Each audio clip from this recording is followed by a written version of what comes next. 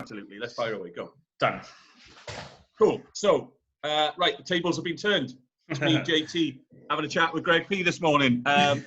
Morning, mate. How are you doing? Yeah, I'm right, mate. I'm right. How's things? Excellent. Yeah, fine. All good. The sun's out. So, it's Dan T's birthday. Anything could happen in the next 12 hours.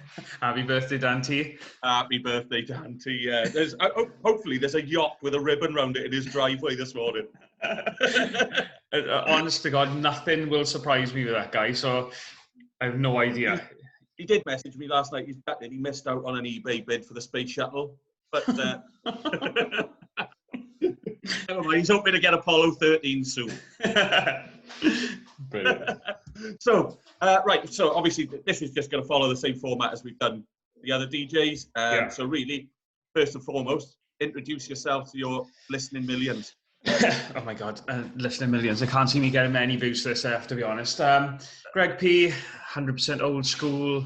Yeah, I think that's probably it, because we're going to go into everything else, I'd imagine, about my music. Yeah, absolutely. I wouldn't say career, but it's definitely not a career, but it's a journey. A journey, exactly. Life is. So what first got you into the music then? Do you know what, right? I was thinking about that, and I think probably I went through a phase when I was a kid. Me and a boy in school, James Trainer, he used to be into like all the dreamscape stuff. Mm-hmm. So we used to listen to some of it was cassettes then. We used to listen to some of the dreamscape cassettes. And what really gripped me was jungle. Right. I just loved the bass driven music. And I think it kind of went from there, but I didn't do anything with it. Like the hardcore days went. I was about 15, 16, I started going out it. And I wasn't really into music with a passion like you guys were. I bought my first record when I was 5 and stuff like that. It wasn't like that with me at all. So yeah, that's pretty much when I started getting into music. And I was into any form of dance music, really, right. Because the only place I could get in was actually, it's called Sin City now, but when you wrote it then, what was it before you wrote that? Liberties. Liberties, that's Liberties. It, yeah. That's the only place I could get in when I was 16. I had to borrow my friend's birth certificate, go down to the council offices and get one of those passport to leisure. Passport to leisure. There he is. There he is. So I had a so he won't be watching this anyway, but shout out to Michael Weaver for lending me your birth certificate. So I could, and that's the only place I could get in. Yeah, my missus just messaged me, and you look 12. Thank you. That's what attracted her to you. Yeah, exactly. So that's whatever music they played there at the time was stuff right. I was into, just because it was like Liberties music. That's what I used to associate it with. But I'm not. I think it's more like I think it's like more like harder sort of kind of stuff, and sort of some trancier sort of stuff. Yeah. Definitely. Trance was quite mainstream about that point anyway, wasn't it?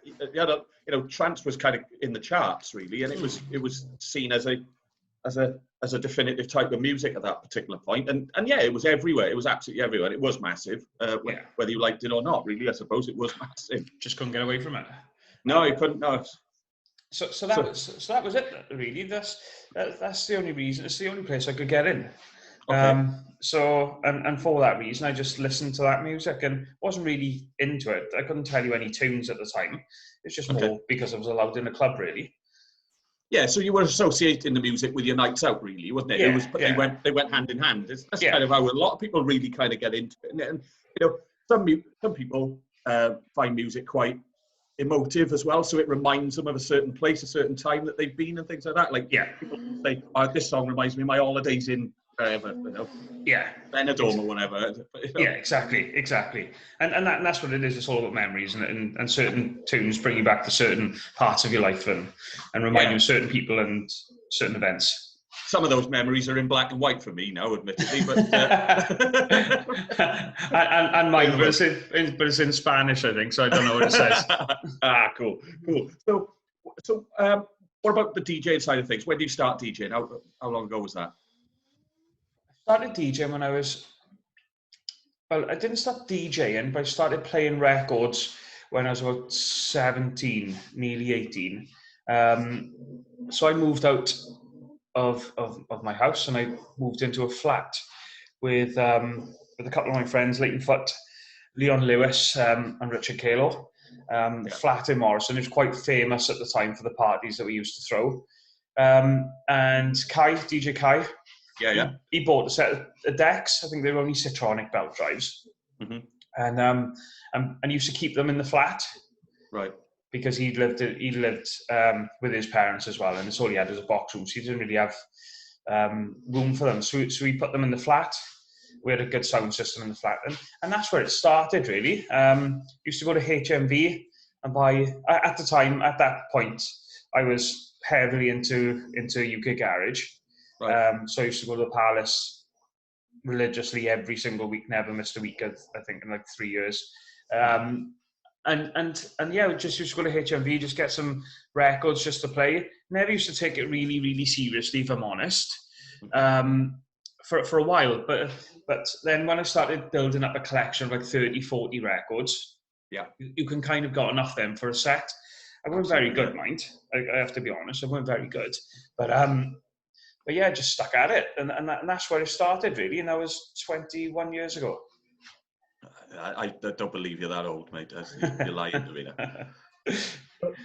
What would you describe your DJing style as? Because I know that everybody's had different views on what they think their own style is. What would you say yours is? Yeah, well, I asked that question because I wanted to know what they're known for, their styles. But I got some really, really woolly answers where I like house music, but that's not what I wanted. I think my DJing style is, I try to keep an energy. Yeah. So, like I said in previous things, I'm not interested in musical journeys, which some DJs take you on. Yeah. I am, and I'm not too afraid to admit I'm a hype DJ. So if a tune creates hype, I will just play back-to-back bangers for the whole time I'm on, until I run out of bangers, and then I'll chuck somebody else on after me. Or really? I get bored. Yeah, one or the other. Well, whichever comes first, I suppose. But really, and you're not one like, I'm not speaking out of turn here, but you're not really one for playing 2-3 hour sets. So an hour and a half. That's kind of your. 45 minutes is, if I could do a 45-minute set, then I'd be happy with that. But then I'd want to do more. So I usually give myself an hour and a half, come about an hour and 10 minutes. I've had enough, really. So then I'm telling whoever's coming on next. If it's not the main guy, it's just like a resident night. The amount of times that Nicky's had to jump on early because I just can't be bothered to play anymore. But yeah, so yeah, it's hour and a half. Hour and a half for me is a shift. So yeah, an hour to an hour and a half. When you did 2 hours last Saturday, then that must have been an absolute killer for you. Do you know what? You must have, because you got into it though, I can tell. Yeah, I was playing tunes that I haven't played for a long time. Not necessarily old school, but it's stuff that I play in the gym. I obviously work for Funky Pump as well, so stuff that I've played, I used to get for the gym. Wouldn't be stuff I play out in clubs. I just thought, I just want to chuck some stuff together, and that's what my sets are like in the gym. Really, I just chuck 20 years worth of music, new, old, borrowed, whatever genre it is, doesn't matter. It's just music to me. I just chucked it all together, and I enjoyed it, to be honest, on Saturday. Yeah, it was all right, especially when you kind of have to do things on the fly, because you went on a bit earlier and you had to stay on a bit early, later as well, didn't you? And you came on a bit earlier as well because of issues that there were online. So you probably didn't have much time to think about it either, because it kind of happened when you were playing, didn't it? So it was kind of, you were in the flow. If you thought about it too much, you probably would have thought, "Oh, ball for this." You didn't go on 2 hours early. Well, that's what I thought. But Peter now, he's very, very thorough. What he wants. When I ask for availability, I'm available Saturday after 6, only for 1 hour. So then I thought, okay, I'll chuck him on last because I know he's going to get pissed and he'll stay on for a couple anyway. He did 3.5 hours, I think, at the end, did he? I think he did half a steak till midnight. Half a steak till midnight, and like 2.5 hours out with his top off. Yeah, I know. Yeah, and you could see it was obviously going a little bit bendy in the SA1 area at that particular point, but not in a bad way. Not in a bad way. So right. So you've done. You talked about what kind of got you into it, how long you've been doing it, and your style. Any rituals that you have? Any pre-gig rituals? No, just a disco nap. Yeah. So yeah, before 5 o'clock, I'll have a kip for not long, 20 minutes, 40 minutes maximum, Right. and just refreshes me then. And what about Turn my phone off, obviously, because that's just pinging like nobody's business. On gig day, it's absolutely insane. So phone goes off, not long, 20 minutes. So it goes on to airplane mode, so nobody can contact me. And then I'll play a podcast and just fall asleep and wake up halfway through the podcast. And I know from personal experience that it's quite a stressful thing, gig day for you. It can be, can't it? Oh my God. Yeah, it can be. Because we don't own a club, or the room's never exclusive to us. We've always got to go in, and as you know as well, as you've done it as well, we've got to go in and decorate the room. Sometimes there's a night on, there's another event on Friday, so we can't go in on the Friday to do anything. It's just basically all hands to the pump Saturday, get the kit in that we need, because none of the places that we've got have got the right kit, whether it be decks, whether it be lighting, whether it be sound. So we've got to get everything in, decoration. If we could decorate in the room, like with when we did Melville Baptiste, the Box Resident. Yeah. So it is quite stressful, because we've got a short period of time to get in there, put everything in, test it, and then go home and have a nap. And that's along with everybody else then ringing me up for tickets, guest lists, ringing me up for guest lists. That's one of my favourites. Yeah. You love the guest list requests, don't you? You've always embraced them. I've always embraced them. The thing is with guest lists, I'm quite strict. Like, I give everybody 2 guests, and I've got the same. Yeah. And my missus is going to be one of those if she's out. And then somebody that's just on my Facebook, they're not going to be my second person of the day. It's going to be one of my friends, or it's going to be somebody who's close to me. It's going to be a family member. It's not going to be Joe Bloggs, who's been my friend on Facebook for the last 12 years. And they get quite upset when I tell them that the guest list is full. But just come to the door and pay, or just get an early bird ticket. You know what I mean? I have no problem telling people when the early birds are coming out. I release it, and then just get a ticket early. You get it cheaper then. Absolutely, mate, absolutely. So what's your first gig then? What was your first gig you ever did when Greg P hit the wheels of steel for the first time? The first gig I ever did, going back really, so me and Kaylo, we were always in the Palace, we were always down in the corner. So we were always called the Morriston Corner Crew, because it was all of us lot from Morriston in that thing. So when we moved out to the flat, Kaylo bought his own decks. He bought 1200s, Technics 1200s, which were the best around at the time, weren't they? Or they probably still are, to be honest. Probably still are, really, yeah. Yeah. So he bought a set of Pioneers. So me and him were just practicing constantly, hours and hours a day. Him more than me, to be honest, because they were at his house. But we were pretty much practicing all the time. And I got us our first gig. Well, I say I got us. My brother got it from years ago. He was working in Europa as a pop boy, and he spoke to DJ Daz Hockley, and he said, yeah. He said, come in. He said, you can do the first hour playing UK Garage. So we did that for a little bit, and we were shit. To be perfectly honest, we were. Kaylo was a little bit more advanced than what I was then, to be honest, but. Yeah, we weren't the greatest, but we'd have a go anyway. Every week we go there on a Saturday. We do our hour, and then we go up the Palace. We weren't playing in the Palace at the time, so we got. Was it the V2 crew boys? Yeah, the V2. Yeah. Richie I used to work with one of the boys from that crew from Cardiff. I used to work with him. Did you, Sam? They were good, did you? Good boys, yeah. Which one did you work with? You'd have to reel off their names now, but I can't remember. But Richie, Eugene, Marcus. We've got a half brother as well, Leo. Yeah, what was Richie's surname? Vatsalou. Yeah. That's him, is it? Yeah. Long time ago. So Richie and Eugene were part of the V2. Marcus was involved in it as well. And Leo was just like the DJ. He was the younger brother. He was the DJ. He's about my age. But yeah, So we just used to go straight from Europa up to the Palace. We did that for a little bit. And Kalo went away for a while. And then I started doing it. And I can remember doing one gig. This is probably up there with, well, there's a couple of worse gigs, which I'm going to go into, which we got. Well, we will definitely touch on those. But this is definitely one of them. I can remember there was only a group of, when you're playing warm-ups, it's not very often then that you get a full club. You'd only get trickles of people, 4 or 5 people. So these girls are coming in, and they were asking for house music. And I said, look, I've got another 20 minutes left. I said, Daz will go on. I said, he's going to play the house music. And you know what drunk girls are like. I want you to play that tune now. Yeah. Well, I can't play it now, so I haven't got it. Simple as that. So so she was asking me. And in the end, I told her to fuck off. And she spat in my face. And then I couldn't get off the deck, so I was fuming, obviously. And then it was only her and like 6 or 7 mates there. And so they all decided, they were sitting, they basically were all in the middle of the dance floor, just all sitting there, just arms folded, just waiting for me to come off. So Daz could play the music they liked. And that really, really, really knocked my confidence, to be honest. So, and I didn't go back.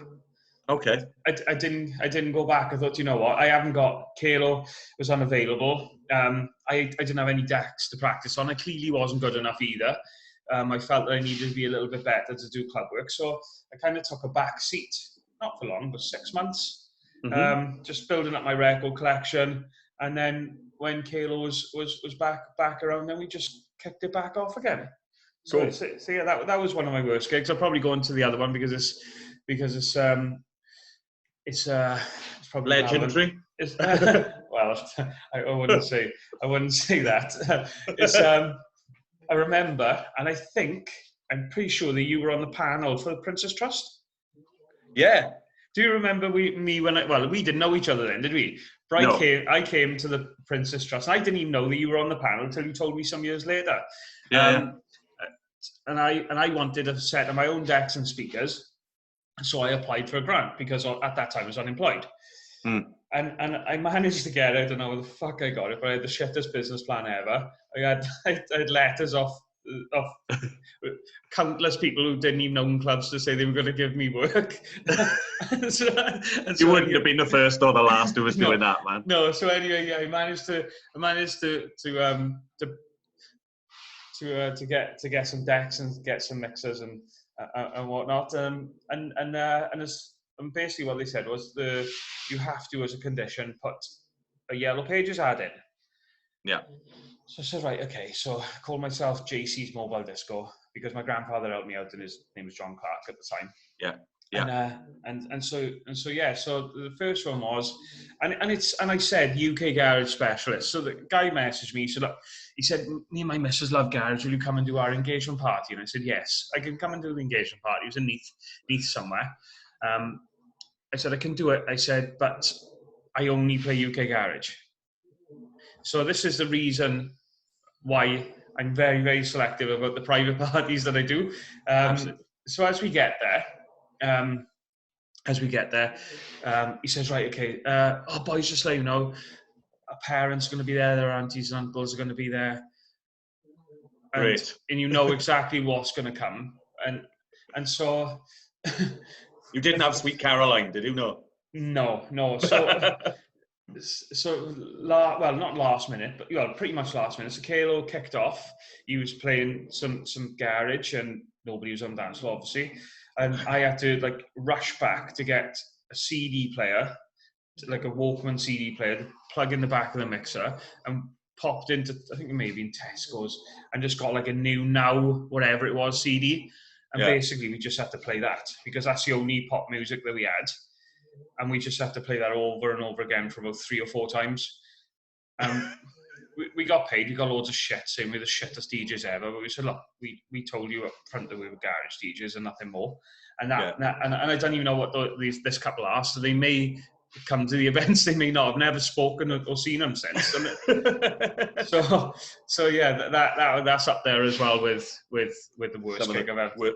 And what about the best one? You've got to think about the best gig that you've ever played. Now, obviously, I know quite a lot of the ones that you've done anyway, but but from your point of view, seeing it through your eyes, what was the best? There's a combination really of about, I don't know, 3 or 4 really that stand out, and they're all local, to be fair. I have obviously played all over the country, and I played a little bit in Europe as well, but I think Swansea is absolutely incredible for atmosphere compared to other places, in my opinion anyway. And so there's a few that stand out. So back in the Palace days, when I was a resident in the Palace, me and Kayla used to play downstairs. They wouldn't open upstairs until 12, so we'd play 10 till 12 downstairs. So we'd have a crowd, and then at 12 o'clock they'd open upstairs. So I think it was the first time I played upstairs was memorable, only because of how long I'd played and how long I'd wanted to go up there, because that was kind of like the acceptance to being a main resident kind of thing. So that was one of them. Warming up for EZ in Escape Room 3 was another one. I played Garage Nation also in Escape, but Sparks and Kai were the MCs for me, and that was amazing. That night was, and more recently, really, I think probably warming up for Sanchez as well was up there, and I think that was up there. And even though garage is what is my love, and house music, I am starting to get into it now, but it's only because I'm doing this. But I think it was just more of a proud moment because we brought an absolute legend to Swansea, and I'm playing just before him, and I give it some welly, to be honest. And he's whinging about how fast you play it. And he was whinging about how fast I'm playing. As it goes, so is Beggs. I think Beggs falls into my category. I think he'd like it to be about 120 beats a minute. Oh yeah, you guys. But when you're in a club, I just think you get. My personal preference is you get a little bit more energy if you prop it up to like 130, 131. And plus, I play speed garage as well in my sets. It lends itself to that. Yeah. So you have to have like a happy medium, because we used to play speed garage 136, 137 really. So slowing it down to 130, 131. So Roger Sanchez did say that I went in a little bit too hard.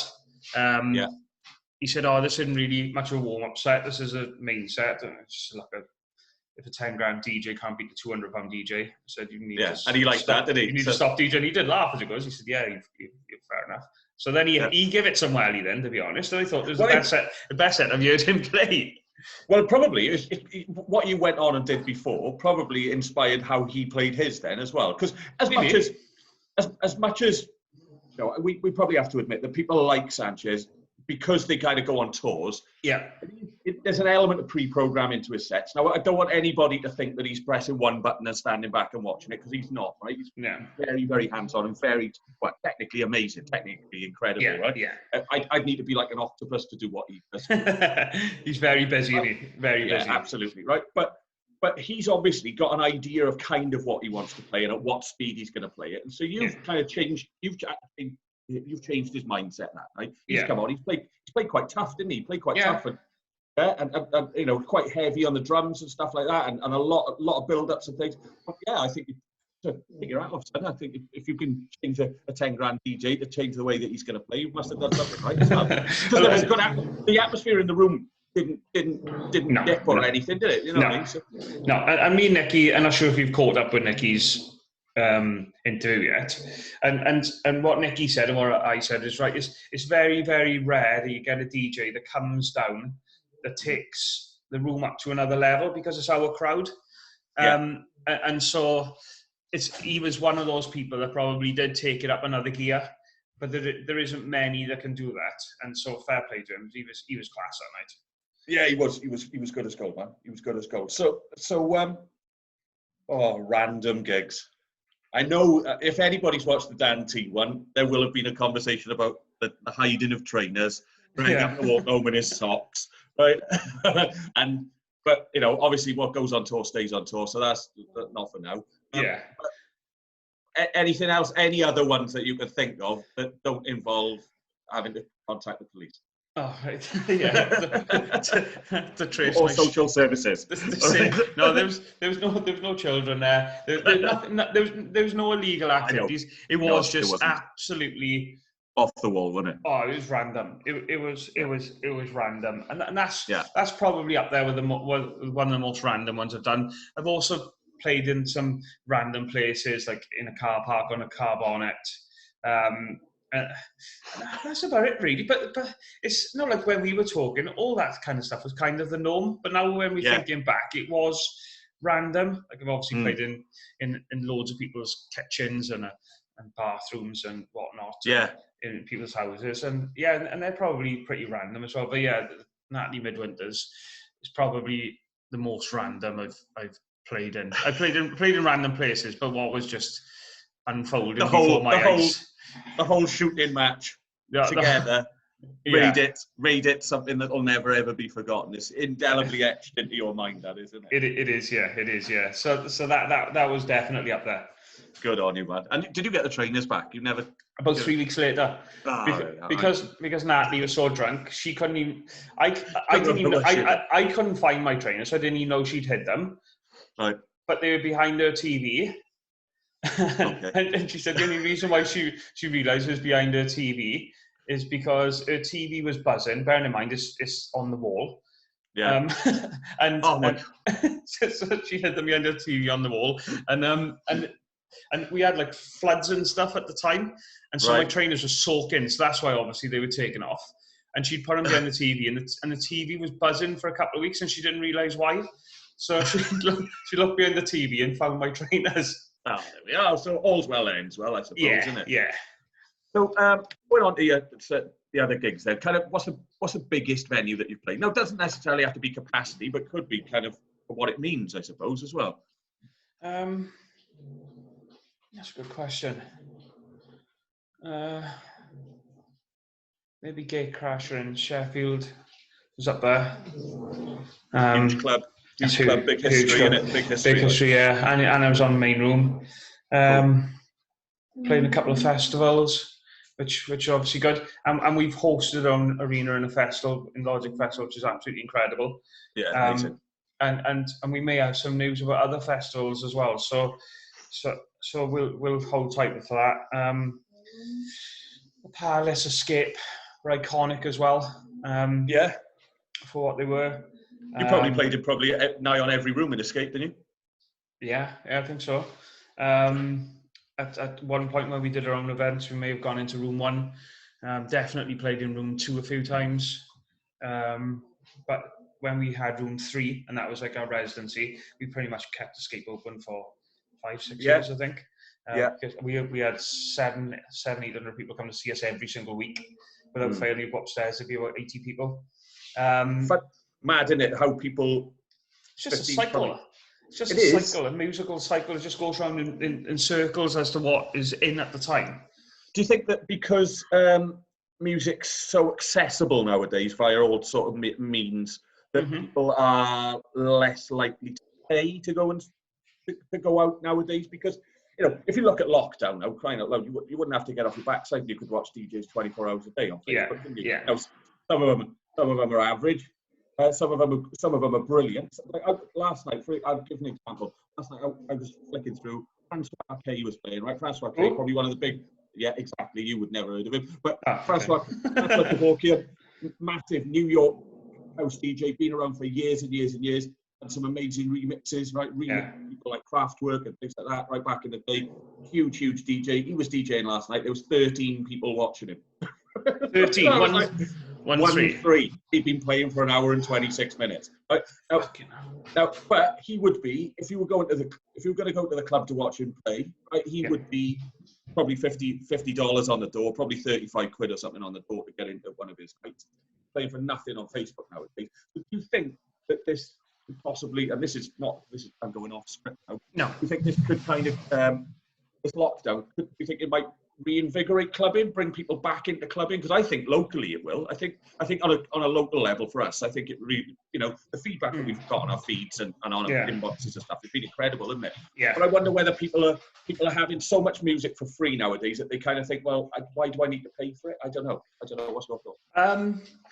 Me and Dan have spoke about this as well, and like, obviously, I'll go into some of the plans that obviously you know about, sure. Just because we've discussed them. But Dan is the most positive person you'll ever listen to when it comes to stuff like this. He's ringing me up and saying, Greg, we are going to fill this venue. We're going to fill that venue. The brand is amazing. The brand's this, the brand's that. It's grown so much. And it has grown. It's gone from like 2,200 followers, and we're over 13,000 collectively now, likes and follows. So the brand has grown absolutely at an alarming rate, really, the last 8, 9, 10 weeks, which is fantastic. Whether that will equate to ticket sales is something which is yet to be determined, really. We've got to call people that come to our events anyway. Mm-hmm. A lot of them don't even listen to the streams. So hopefully that they will continue to support us like they always have. We've always got a core of 50, 60 people, which we know are going to be in pretty much all our events unless they've got something else on. And then plus we backfill it then with everybody else who wants to see that DJ or they're out that night and whatnot. So it's a difficult one to answer, but I think what we're planning on doing, I think may be beneficial to us. So if you hear any dogs, there's a litter of puppies here, and they just scrap. They're in that phase now. They're scrapping all the time. 3 more weeks and they can go. So what we're planning on doing is we're putting packages together for pubs. Mm-hmm. When the pubs reopen, because I'd imagine what they're going to do, they're probably going to have pubs reopen before clubs because the amount of people that you can put in them. Correct. Yeah. So we're thinking about we are putting packages together for pubs to come and book us. It will be a set price, and in that price you will get 2 or 3 DJs depending on what package you select. You get all the lights from Dan. My God! And there's a lot of lights. More lights than Blackpool, really. But you'll have the lights, you'll have the system as well. So we'll supply everything, and so all you have to do is just plug and play, innit? Yeah. And it's all you have to do is just select which package you want, which is obviously not going to be a free package. But and then people then will be able to come and see us for free. Because obviously the pubs don't charge. The pubs may charge a couple of quid for people to get in, but most pubs don't, do they? No, they just know what they're going to take over the bar, don't they? So. Yeah, exactly. So they probably won't charge customers. So customers will come and see us. I started off. All this started off in the pub. Started off in my local pub. And the only reason why I brought it into town is because we did an outdoor event. There's 600 people there.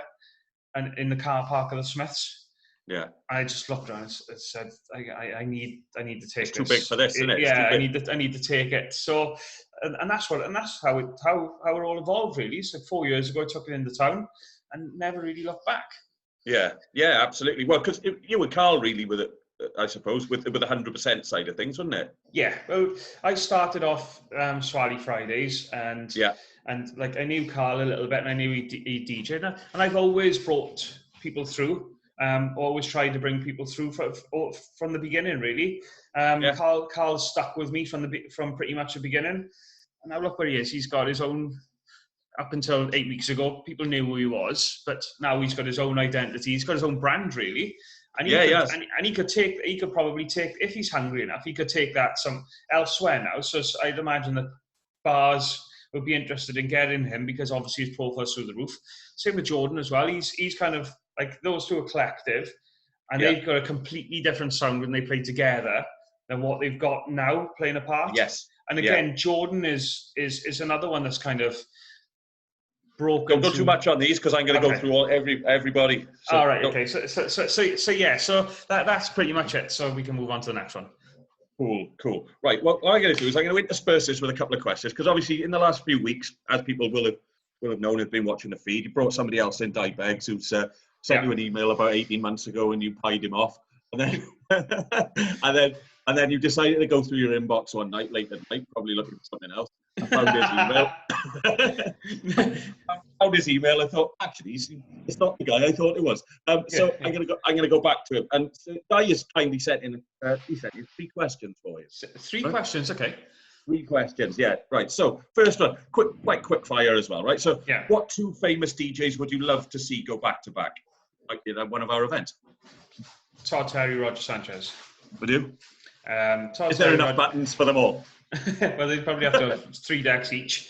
Todd Terry, Roger Sanchez, I think would be the ultimate house. UK Garage, EZ and Cartier. Yeah. Yeah. And cool. as you know, that from my style of playing, they are my kind of DJs because they just lots of quick mixes, lots of energy, all hype tunes. I think those sets would rock. Cool. So, what would be your ideal venue for future old school events, if you could? No, it doesn't have to exist, even if you just want it. It only exists in your mind. What would you? I love the back room and walkabout. If you could have that as an independent venue, that would be unreal.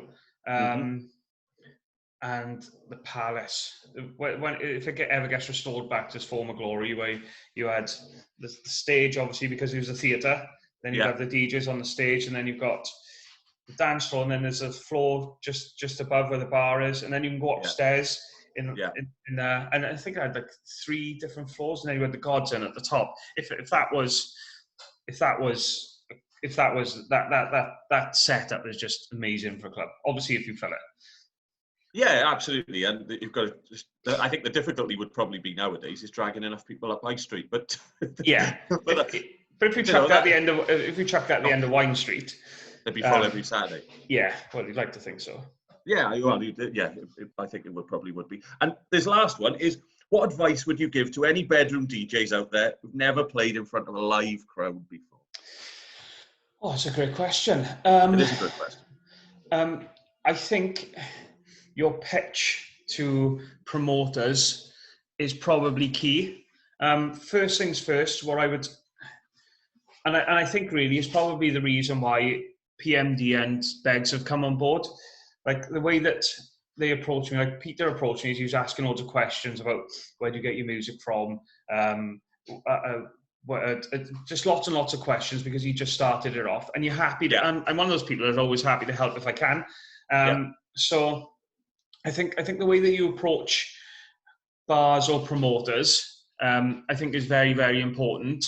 I get a lot of DJs basically saying they want to be partly involved, and there's a reason why most of them haven't been asked to come on. But yeah, I think it's just you need to be polite, you need to be humble. And that's what I like in they have to have the right personality basically. And obviously we've had guest DJs on and all the guests have obviously been good friends of mine and they've been great. But I think the reason why Beggs is a crazy story. Obviously, messaged me and his message was really, really nice.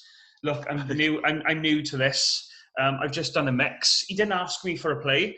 He said, "Will you please just listen to it and let me know what you think," kind of thing. And I looked at it and I thought, I thought it was somebody else, to be honest. Yeah. So I just pied him, and I never pie people. I usually say, "Oh yeah, I'll listen to it." Like somebody messaged me the other day and said, "I will listen to this mix." I said, "Look, I'm not really a fan of Tech House, but I listened to like 20 minutes of it and just give you some pointers," which I did.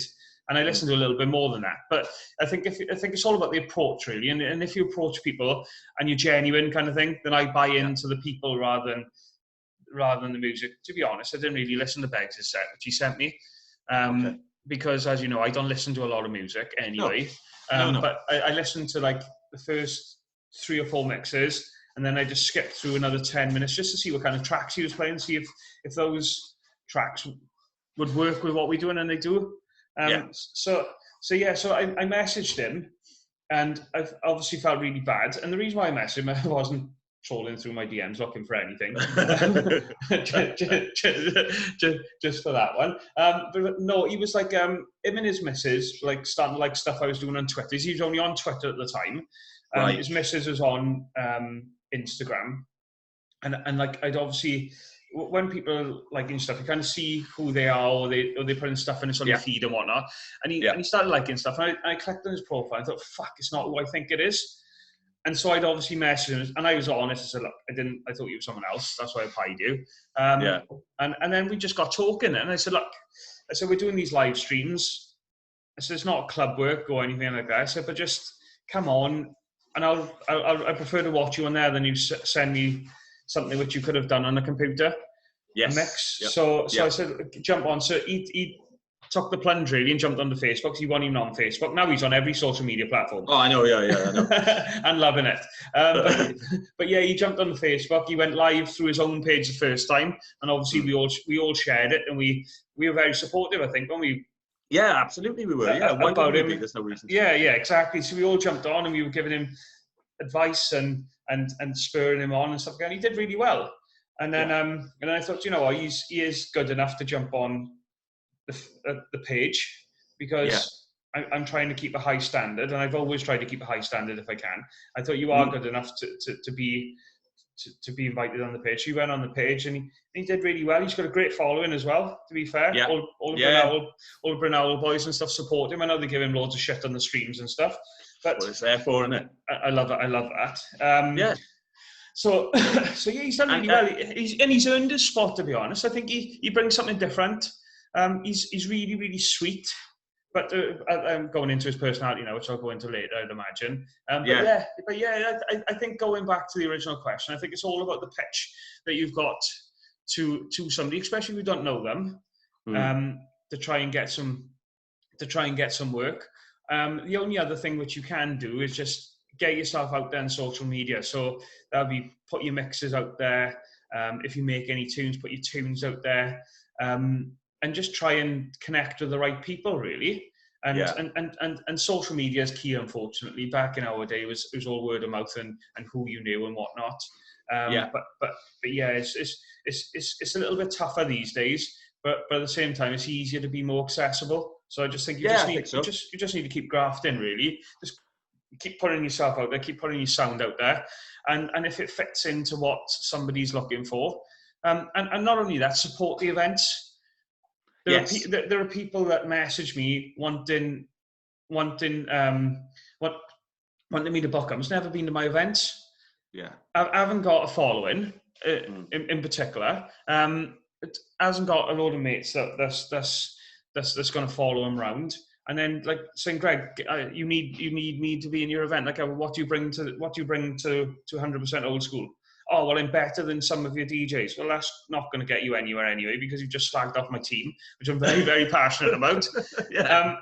But yeah, if you want me to give you opportunities, you need to support what we're doing. Like, there are people that don't even like the streams, come on the streams, share the streams, and then they're messaging me then for slots. I'm thinking, no, mate, support works both ways. I did put a status up about it the other day as well. To be honest, because I'm inundated with requests from DJs, and it's not that we don't want to give them opportunities, and it's all about us. But one thing, I need to maintain a high standard, and twice, support works both ways. I've got no problem inviting people to the streams, and like, we've had some great guests on before, but it just needs to be, you just need to pitch it properly, I think. Yeah. There we are. I think that's polite enough. I think that's a polite way to describe how people should approach you and the way that it's done. But it's not a bad thing, is it? It's not a bad thing. You know what I mean? Look, Di's a brilliant example, just to kind of go back. Is that, you know, somebody's just talked about in his house, really. He's got brilliant equipment, but obviously got a love for the music as well. And absolutely. And, you know, he says that he's got a small record collection. Well, if that's anything based on his audio equipment, he's probably got 2 garages full of records or something, I would have thought, hasn't he? You know? And 30 USBs. Yeah, absolutely. So, no, he's been brilliant, and more power to him, and well done for him for coming on and really, really, really up in the brand as well in this time, you know. He deserves his place. He's earned it, so he's so well done and proud of him, mate. I'm looking forward to meeting him when we're out and, you know, sharing hairdressing. what I wonder if you can guess who this question is from. Right, okay. Where? So what is our song? Oh, fuck, is that? That's got to be He's our fucking upstairs, Miss. It's got to be Mrs. P. Do you know what? We were talking. Joking, by the way. We were talking the other day. I said, "What about if you catch a virus and die, babes? We haven't spoke about your funeral plans." as you do. And she's like, "Oh, I want you to play my two favourite songs." She's like, "You know what my two favourite songs are?" And I was like, "Oh, I don't know. Right. Is it Jaheim, just in case?" Because she used to love that too. I go, Right. no. So I know her favourite songs now. What's our song? I'd imagine it'd probably be Shelley Nelson, "Find a Way," Right. which is it's not a mainstream garage tune, but it is. We just loved the tune so much that on our wedding I surprised her and I got Shelley Nelson down to sing it live. She's the woman who sings "Something in Your Eyes" as well. Yeah. Yeah, so she came down and she sang our first song. So I think that's the right answer. She gave me the answer. No. Oh, right. Okay. All right. Okay. Fingers crossed. She'll be messaging me later saying he's wrong. But anyway. And with her half-naked pictures. Oh well, I've had all of those. Extensive supply. Thank you very much, Sean. What's your biggest achievement? That's come off her as well, isn't it? It has, yeah. She's rattling them out now. We had this conversation. She'd asked me this question, and I thought she was on about music, and so I started reading stuff off. She just messaged me saying right answer. So she's upstairs listening. Biggest achievement, it's going to have to be musical because this isn't about anything personal. I just think the biggest achievement is the brand, and the brand strength really. And I'm not one. Obviously, I do promote myself quite well. And I always have because I've always put content out. But I think because we've got like a great team, a great following, and we're actually we're giving people an excuse to come out. And I think because we're doing that, we're obviously heavily investing into the brand, and the brand's growing, and it is getting bigger and bigger and bigger. I think the brand is probably my greatest musical achievement. So with this brand, obviously 100% old school, been running it for quite a while and heading it up for everybody. Prior to that, though, to give a little bit more history on it, you did the SBA stuff then, didn't you? Yeah. Swansea Baseline Alliance. And obviously that was more of a collective rather than you kind of being front and centre, I suppose. What made you step away from that to do the 100% old school, or do you think it was just like a natural progression that kind of one fell into the other? Well, at that point, right, me and Kayla were part of the Corner Crew, and we played a lot together, but then we started separating, playing in the same clubs and the same places, but we'd rather than play together, we'd play on our own. Right. So we kind of naturally drifted apart musically anyway. And then I started. It's pretty much the same as Carl and Jordan. Like we kind of both had our styles then, and my style was getting me more and more attention. Obviously, I'm not going to talk about Caleb because he was doing great as well. But I was just focusing on myself, and so my style and my profile had grown so much through Bar 7 and through Escape that I was happy with what I was doing on my own, kind of thing. Okay. Kai had come out, I'm not sure who came up with the idea, but they said about all of us joining forces because basically there were other garage DJs there as well, which were coming up in competition. It's really basically to kill the competition because Kai is very, very competitive. So he came up with the SPA, and it would basically be that we would run in Swansea with garage, and we did, to be fair, for a very long time. But I didn't even want to be part of the SPA. To be perfectly honest, I was just happy. I said, look, boys, I'm happy to do what I'm doing with you guys. I'm not really bothered about being part of the SPA. And then Kai bought me a T-shirt, then an SPA T-shirt, then we had to do a photo shoot, and it kind of just made to be part of it, really. Glad it did, obviously, in ways, because as a collective, we were playing all over South Wales, really.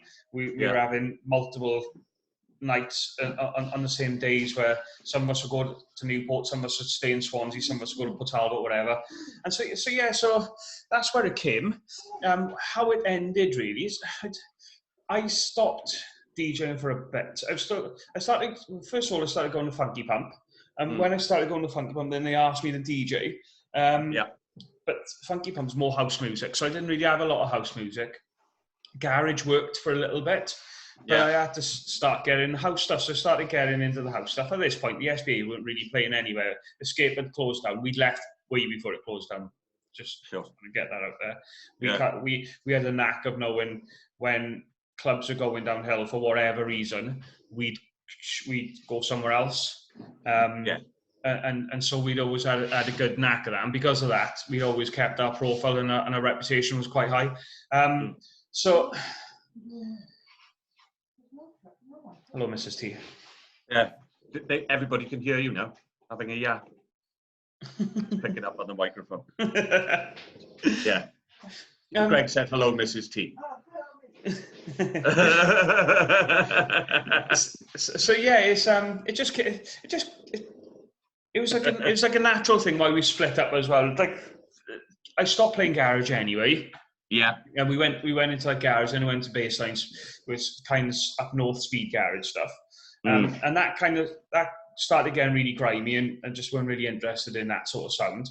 So I moved over to like electro. I was playing like little bits of electro. And then at the same time, I was like getting like house classics myself because they always worked in clubs. I was playing up in Eden at the time. And then Kai was like doing his thing in Oxygen. He just bought Oxygen. He was doing his thing and the boys were playing in there. And I was up in Eden. I had my own place. And then that was it then. It wasn't like a big split up or anything like that. Everybody just kind of got, because there wasn't much about then, people just kind of just got on with their own thing. And that's basically how it happened. I'd always, even before the SBA were formed, I used to do like, every now and then I used to do local nights in the local pub, which I used to call Swally Fridays first. Or Swally Sundays if we used to do Bank Holiday Sunday. Swally is just basically a word that we used to call for a pint. Come for a Swally. And then it just got from there. You'd have a text, Swally Friday, like Friday afternoon, like, yeah, come on, let's go to the pub. So just got from there. So we did that for a bit. And that's basically where it went. Carla, the landlady for the pub at the time, had been nagging me and John Stefan to do a night in the pub for ages, and John was nagging me more than anything, and so we just decided at one point we were going to do it, and that just started it really, and then just kicked off from there. As I said, we were doing the pubs, we were getting like 150, 200 people inside, and that was doing really well. It was rammed, and then we started doing like the outdoor events as well in the summer, and it just grew to such a level that we had to move it into town. But as soon as we moved into town, the people who used to come to the free events wouldn't come to the town. You'd only have about 10, 15 people. They used to come to all the events, support the paid so you have ones. you have to rebuild the brand to a certain extent then as well, don't you? You know. And the good thing is the first one that I did. And me and Ed Colonel did the first one. But I say Ed Colonel. Ed Colonel was involved. Up to the point that he couldn't play on the night because he'd had some personal issues.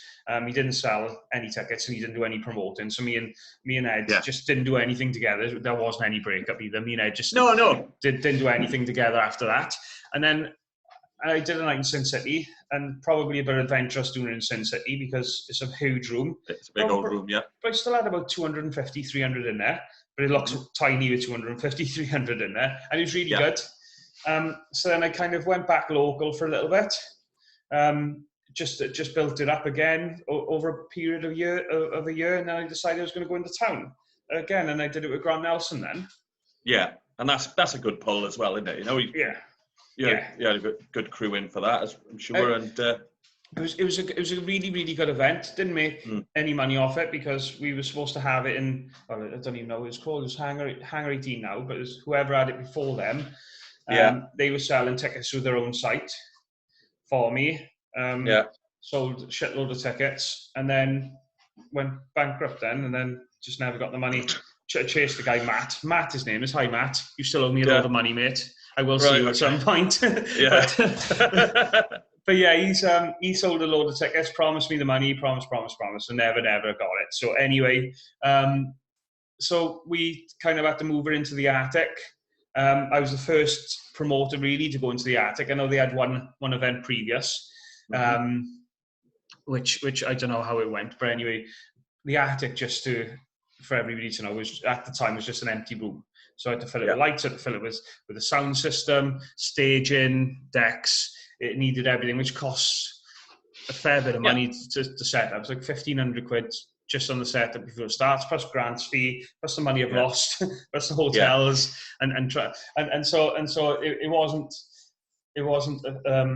financially a success. However, the night itself was absolutely fucking brilliant, and I think a lot of people then got to see the residents because Grant came and he played all the stuff I wanted him. I liked, because like the house and garage.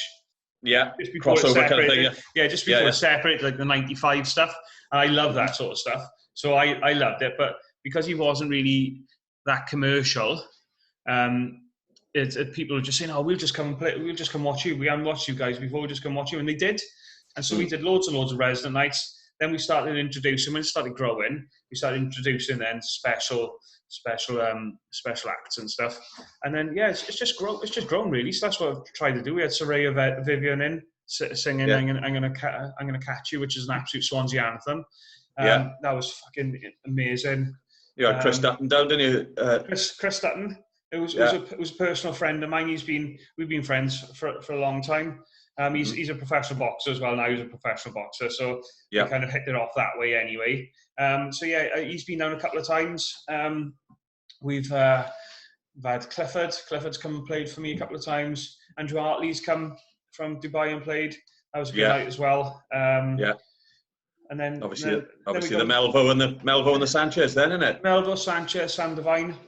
Yeah, lovely Laura as well. So we've started to have some good names and some good momentum. But obviously this has come. But I think our momentum's carried forward and it's probably grown. Yeah, I think so. I think all of us have probably used this as an opportunity to think, right, well, what else am I doing apart from being stuck around the house? Yeah. You know, let's get out there, let's play a bit of music, enjoy it.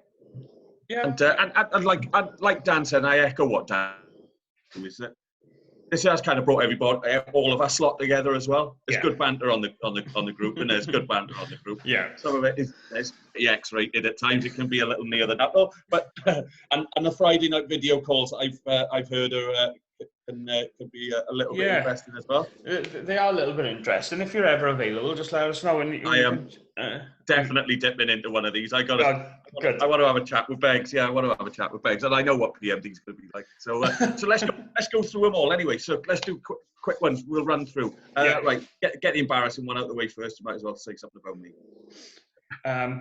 House music, God. We've known each other for what, 10, 15 years. We used to work together. Yeah. So I knew obviously how passionate you were about house music, and I can't remember. You obviously went to work somewhere else, and we didn't lose touch, but kind of we did see each other as much. Yeah, we kind of faded a little bit. And I think I seen you then. It's like, it's one of those. Unless I see you, I wouldn't even have thought. Come fucking play for me. It just started from there, really, didn't it? So you started coming in and playing, and then you're on the team. Just all round good guy. Yeah, well, I tried to be. Nicky G, best multi-genre DJ, I'd say, in the country by a country mile. He is probably the most consistent DJ I've ever seen in my life, and that goes for the bigger DJs as well. You know that he's kind of like the James Milner of the, you know what I mean? You're always going to get it. You're always going to get an 8, 9, and sometimes 10 out of 10 of him. He's always a consistent performer, regardless if he's got one person in the room or he's got 500. He will always deliver you a good set. And and obviously me and Nicky have been friends for years and years and years as well. So he's a top bloke. Jordan. He's been with me now for about 4.5 years. Jordan. I kind of pulled Jordan out of the EDM scene because that's his love, and you buy his set, he still loves it. Very, very technical. Very, very good. He's starting to read a crowd very, very well as well. So he's building up his experience. He's a great DJ, great bloke. He's there to help as well. The amount of stuff he's helped me with behind the scenes. And that goes for Nicky as well. Not like with artwork and helping like with the branding and stuff like that. Those two really have been instrumental in taking things to the next level for me, because I'm not technical or not very tech savvy in anything really, not very artistic. So those guys really have helped me lots when it comes to that sort of side. So yeah, all round good guy and a great fucking DJ. So yeah, he's and he's getting better as well, and he's starting to get it more of an identity to his music and his sound and stuff, which I love. What about Mr. Newman then? Shed some light on this man. Been with me since the start for about 12 years. Loyal.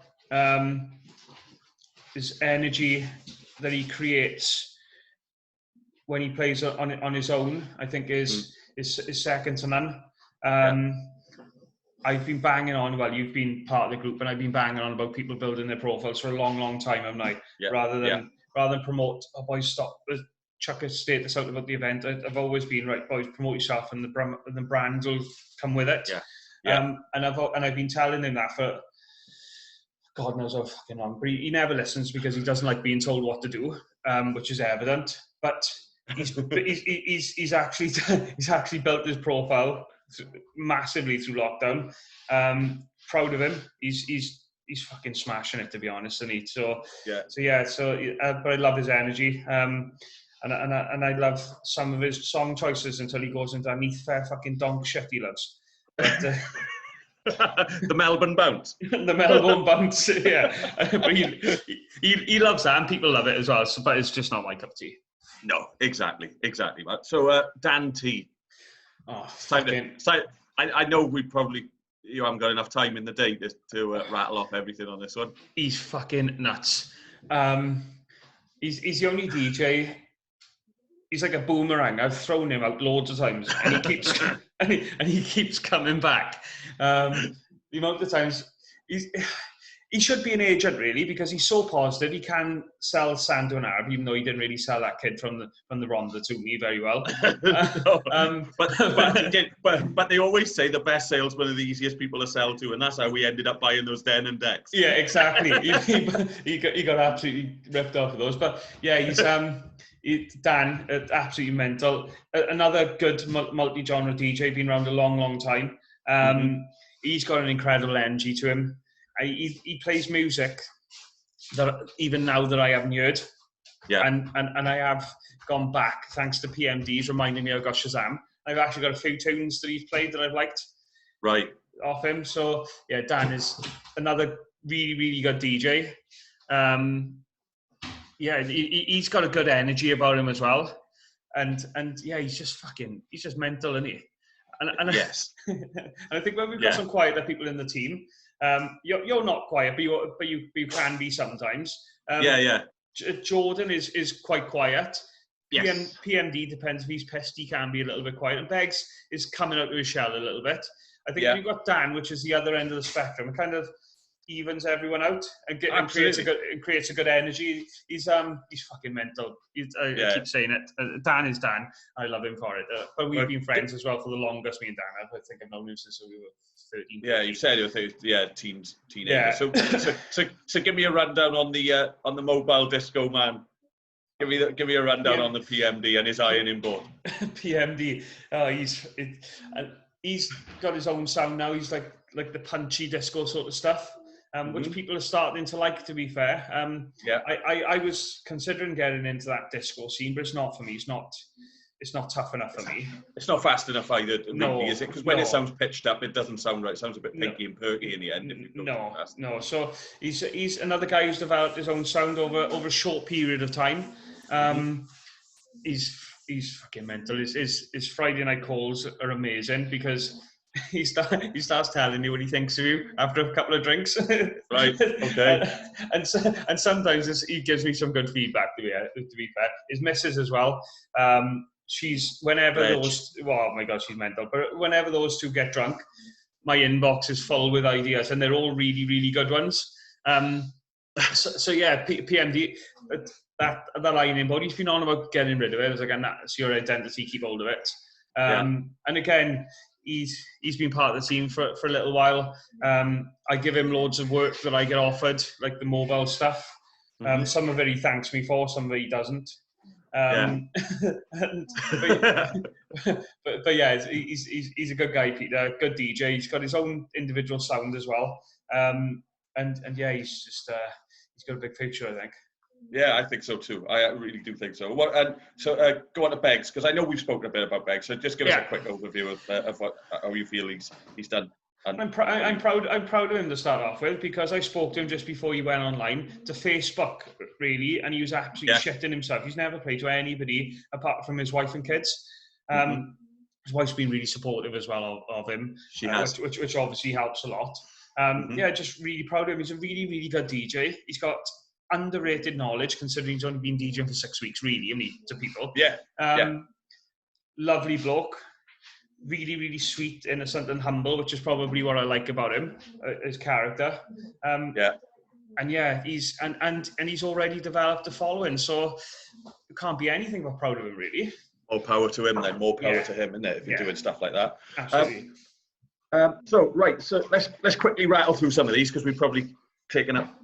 This is almost Godfather proportions, the length of this, isn't it? I'm not sure how long it's gone on for.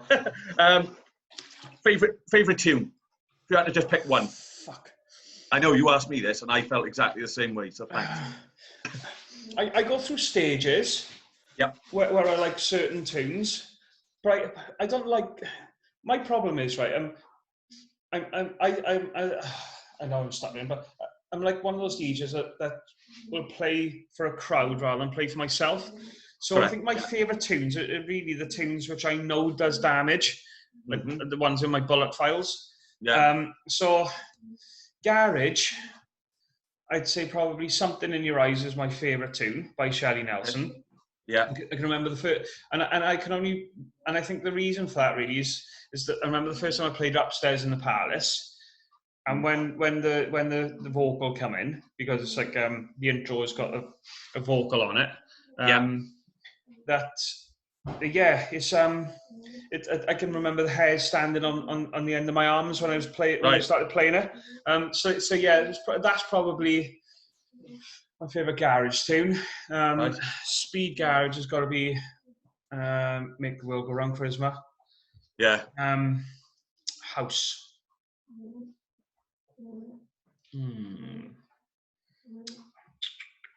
Probably say you've only just got into it, so. But I love Todd Terry. Something Going On. Yeah, there we are. That's good. So, as regards producers, I know that you're not necessarily the kind of man to sit in a studio anyway. So no, I did do a little bit of it back in the garage days. But I haven't got time. I haven't got patience, and yeah, I'm just gonna be fucked, to be honest. What is my favorite producer? Garage, Sunship. I love the stuff that them guys produced. They were always consistent. House, don't really know. That's fair. Sorry, you don't have to know. Probably Masters at Work. Todd Terry's always delivered some bangers. Consistent, isn't he? Consistent. Yeah. So it's MJ Cole as well, who like crosses over the both. Yeah, absolutely. I was listening to an interview with MJ Cole. He was on Radio 5 Live about 10 days ago. Okay. And what he's doing at the moment, he's kind of getting back into it again now. He's really getting back into it. Into house or garage? Into more house stroke garage. He was kind of going back into that sort of thing. And being in lockdown, he said he's kind of locked himself away in a room for a bit and really kind of rediscovered. Because when he did things like Sincere and stuff, it was massive, wasn't it? Huge. Yeah. No, it's absolutely huge too. Absolutely huge. Right. So your favourite DJ, you've probably got 2 letters in it, isn't it? Yeah, EZ. There we are. But I will put a caveat. I will put a caveat on that. Even though DJ EZ is the best DJ I've ever seen technically live, and he is getting a little bit of a party DJ now, if you know what I mean. He's getting the last couple of times I've seen him, I really look forward to seeing him, and he's been very predictable. Mainly because he only does festivals now, so I can kind of see why he does it. Yeah. But that guy is just incredible. The stuff he does is stuff you can only dream of doing. Yeah. He's technically, I saw him down Swansea Uni a couple of years ago in the Summer Ball, and technically superb. Not necessarily playing the stuff that I would want to listen to, but appreciating what he does. Incredible, absolutely incredible. And that's where with my style, I tried to get not only chuck in bass lines in, you just drop them in. Now that's that kind of excitement, because you didn't know he was coming, and the unexpectedness, and that's what I loved about him. But he's getting a little bit too predictable, which he's going a little bit further away from the unexpectedness, which I loved about him. And he's unreal. You can't knock him anyway. No, you can't. And like you say, because he's playing festivals, there's an element of pre-programming that's probably happening, because people are going to see him at a festival because they want to see him play the sets that they've seen on YouTube. Yeah. You know, doing his little pitch fit, button pressing and pitch slides. And what was it? It's the kleptomaniacs. And everybody knows that, and it's amazing. It is amazing. So, your 12 to 18 month plan. You've asked everybody else what they're going to do. You better find out off the boss where we're going. And it is all about the brand. I'm hoping 18 months to 2 years that I'm going to step away slightly from DJing and focus more on the promoting stuff. But every year I will assess the promoting, because obviously music goes round in circles. I don't want to be following any genre and see what's cool at the minute. Like you've got, like it was techno a couple of years ago and tech house, and I think the house is coming back now. And probably a bigger sound and more popular. So I'll assess it every year, but I've got a list of DJs which I want to bring down if I can, and if I can, and I can consistently, I'll keep putting on nights as long as people want to keep supporting them. So as soon as, like, I've invested heavily into it. These DJs don't come cheap. And I don't mind, like I lost a little bit of money in the Melville Baptiste, not much, a couple of £100, but I didn't care. It was because the night was absolutely brilliant. So I obviously want to start making money again. Of course, there's nothing wrong with that. But as long as people are willing to support and come to the events, that will dictate on how long I'm doing them. So that's what I just want to try and bring the biggest names to Swansea, rather than everybody jumping on a bus and going up to Motion or going into London to go and see them. If I can bring them here, and and they'll come to support them, and come to support the brand and support me and support you guys, and I'll keep continuing to deliver if I can. Do you want to have a little chat about kind of the more immediate plans, or what you're looking at doing? I know you touched on it earlier, but I think it's something worth, especially at the end of the chat, as people remember it a bit more then. Yeah, so we're gonna be doing pub packages. So we'll be putting those out. We'll be doing some artwork for that. That's going to be the probably the first plan. The second one would be to try and get Todd Terry down. Because I've obviously paid for him, and he's keen to come and fulfil his part of the deal. We've got him penciled in for Bank Holiday Sunday, which is the 30th. I know I put it as the 29th on the event, but it's the 30th. I got him penciled in for that. Whether we are in a position to do it, given with everything going on, we just have to keep play that by ear anyway. Play by ear. And if not, I could probably, I could move her anywhere up until the first week of December, because I'm going away for 6 weeks after that. And my priority is to try and get him in, the first big name, if I can, depending on what his diary's like. If I can get him in this year, then brilliant. Lovely Laura is also being postponed. Yeah, that's a shame. Yeah, but they don't want to discuss dates until they've got the green light that they can do them. So which is fine. So that'll probably come after, I'd imagine, because as soon as the green light's done, I've got loads of dates where Todd is available to come to the UK. and I'll just get it. And he's got other dates as well with other promotions probably here, which he needs to fulfill. So we probably do it over a weekend. You know what I mean? Brilliant. So we've got him penciled in. Creamfields has been cancelled, but we were trying to sort the logistics out to get him from Liverpool down to Swansea for that night. But now that Creamfields is cancelled, I think it's going to be a little bit easier. Logistics-wise to get him here. Yeah, and that's pretty much it. So they're going to be my immediate plans over the next, hopefully in the next 6 months. Yeah. Take us up towards Christmas time. Take us up to the end. Till you go away. Take us up to the end of the year, and then next year, then I just want to try and deliver the biggest DJs, or I think a brand strength now. Perhaps do some resident nights as well, because on these expensive nights, they cost so much to put on. You either don't make any money or you make very little money. It's hard to pay you guys for the hard work you do. So if we put on some resident nights, then obviously I'm going to put some money back in your pockets then, which is what I want to do as well. So if I can, so that's probably the plans. Get some resident nights going, get the boys some money that they deserve for their hard work, bring some big DJs down, and just keep delivering. Just keep delivering, really, as long as you guys that's watching this or probably not watching this want to see it. Pete sent me a couple of questions. Now I know that obviously Pete's got a unique way of looking at life. Let's put it that way. Yes. The unicorn. Pete's first question was: do you think that you have little man syndrome with you only being 4'5.5"? If so, is that something that you'll be working on in the next 12 to 18 months?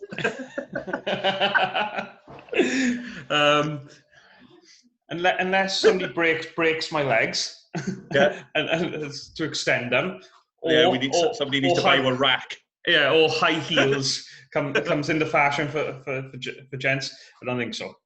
And the other one he asked, and I get asked this as well: do you think you can smile a bit more when you're doing your live sets, please?